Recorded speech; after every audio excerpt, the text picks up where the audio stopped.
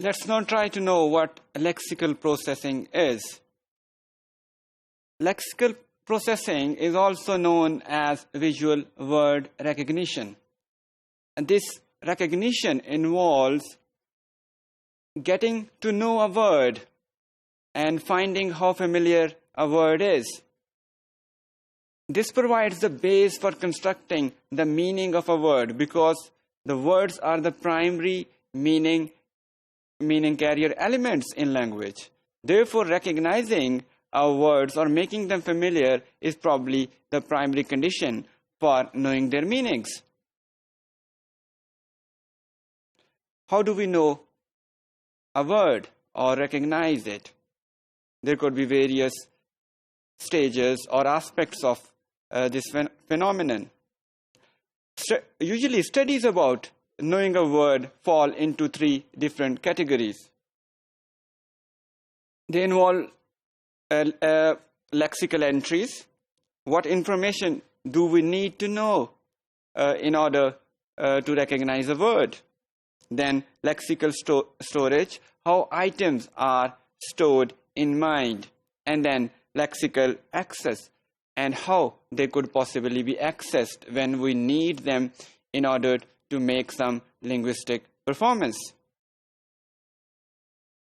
The content of lexical entries involve content words as well as function words. Content words, also called lexical words or lexical entries, they include those words which are usually used in our daily communication and carry the major meanings. We find the meanings of these words in various dictionaries. For example, these include nouns, verbs, adjectives, and adverbs. And as I already said, they are also called lexical words. In comparison, function words are those which help us in syntactic structures, but they may not have their own independent meanings most of the time. They contribute to the meaning of content words or to the overall grammatical structure we use. And this involves prepositions, auxiliaries, and articles. Therefore, function words are close set of words. They are not usually added up by the language users.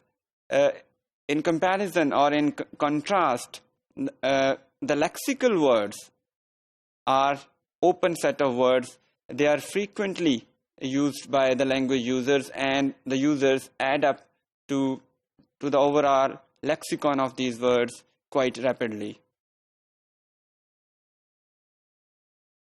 Form and meaning of a word are important aspects in order to recognize a word. Form involves both phonological as well as orthographic information.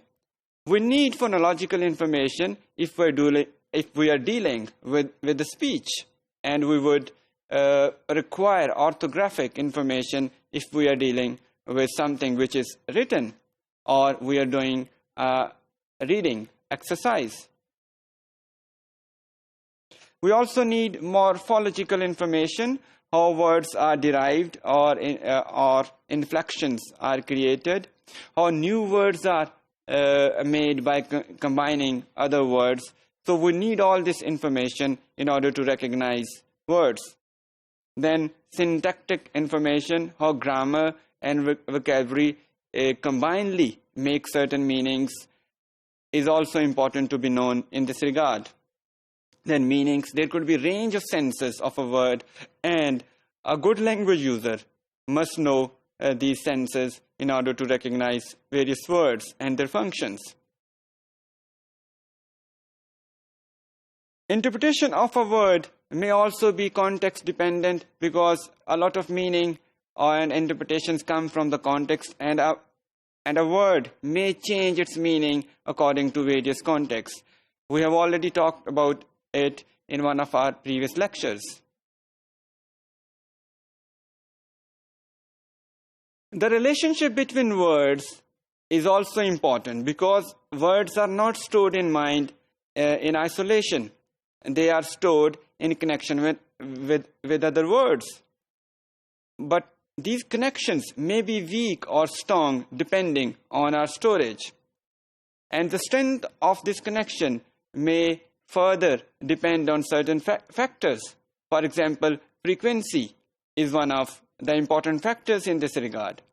We see how frequently a word occurs in a text would make it stored more quickly.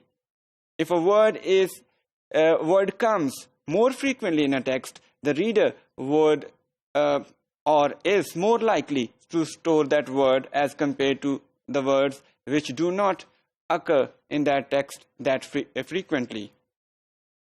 Similarly, collocation is another factor. Some words come together in our daily speech, and they do so more frequently than others. For example, we always say bread and butter instead of bread and milk.